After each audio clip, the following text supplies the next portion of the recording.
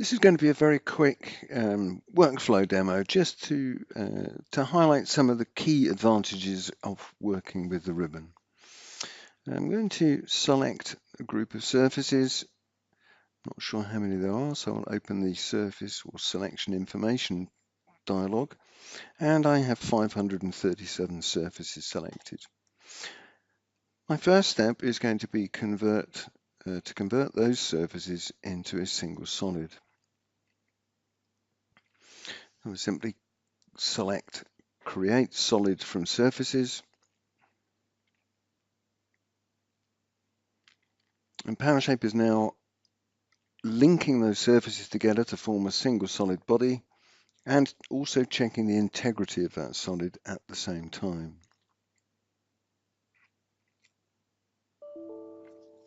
In this case, PowerShape has decided that one of those surfaces is too small, which is fine. But it now says, do you want to fix the faults in the solid?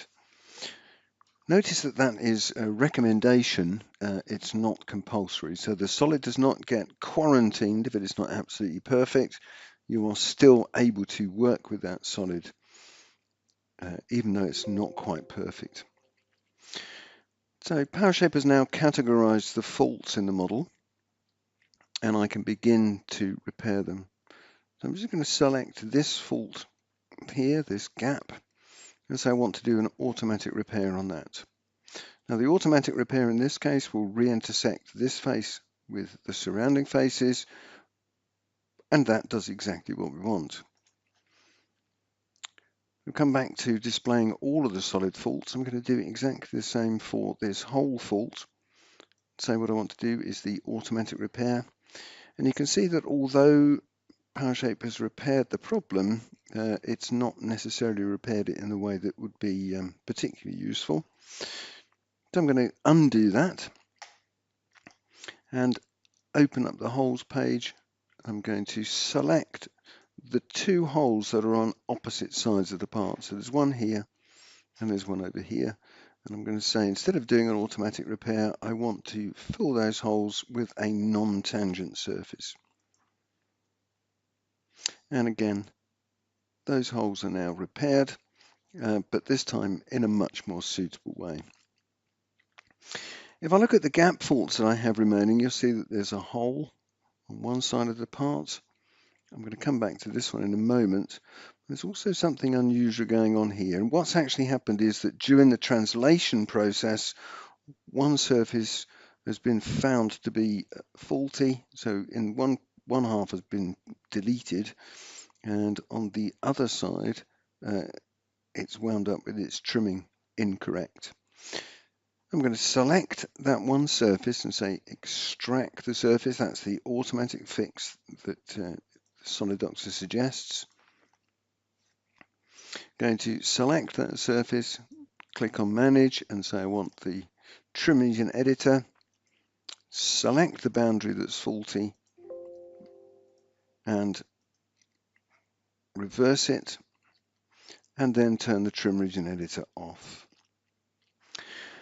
Now come to the general edits with that surface still selected, and I want to mirror through the ZX plane. I'm going to apply that change, so now I have two surfaces, one here and one here. I'm just going to make sure I have both of them selected, and then sew both of them back into my solid. So now I just have one remaining fault, which is this one on this large flat face at the top. Instead of editing the surface, in this case, I'm going to delete it. And this is just literally pulling a surface out of the solid and then deleting that surface. So I can then select the hole and say what I want to do is to fill it with a non-tangent surface. I can now hit finish, or I can hit recheck. Both will do the same thing. Both will recheck the solid and let me out of the Solid Doctor only if the solid has been completely repaired. And in this case, the part is fully fixed.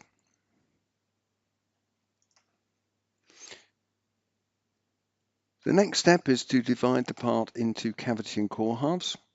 So I'm going to use the wizard to do this. So click on the wizard page, click separate solids. And now it's simply a case of dragging the solids apart. Any faces that are ambiguous can be selected and then click on the appropriate half to put those surfaces where you want them. Now in this case, we need a slide on this back. So I'm going to add a new draw direction.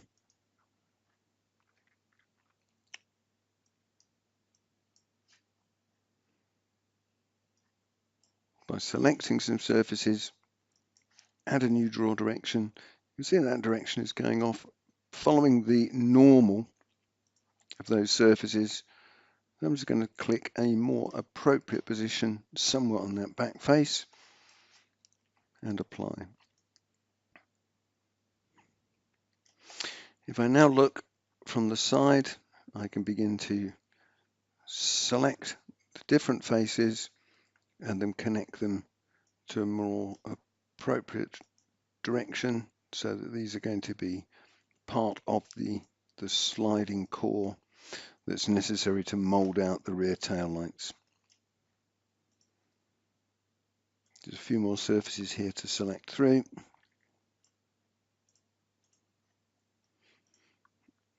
And when I'm happy that I've got everything completely selected, I can now hit finish.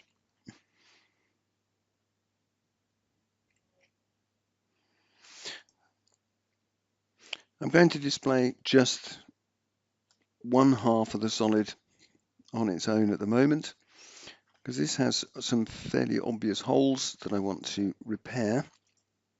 So again, I'm going to select that solid, go to the solid manage, and then open again the solid doctor. So this has found, as expected, 4 holes, 2 of which are in this large face at the back. So I can select that single face, and so what I want to do is to repair those holes by removing any boundaries, and that fills those 2 holes. The one on the inside, that one I'm going to repair with a non-tangent face, and the one that runs all the way around the outside, what I'm going to do is to say I want to mark that boundary and go into edit mode. I can now exit the edit mode and continue, and then say finish.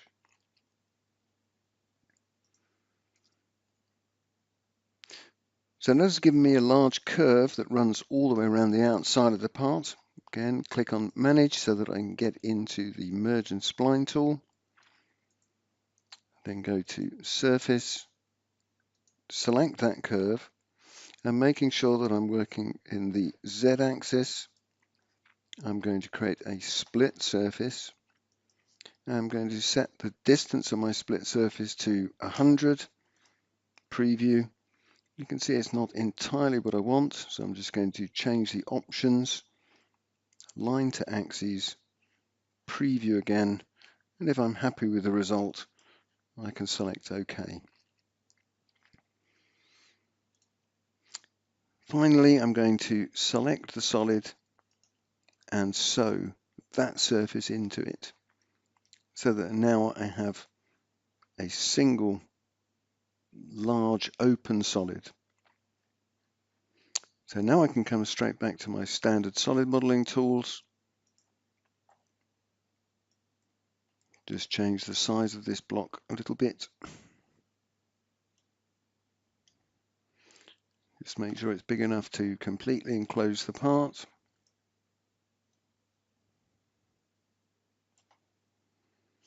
Make sure that that solid is active.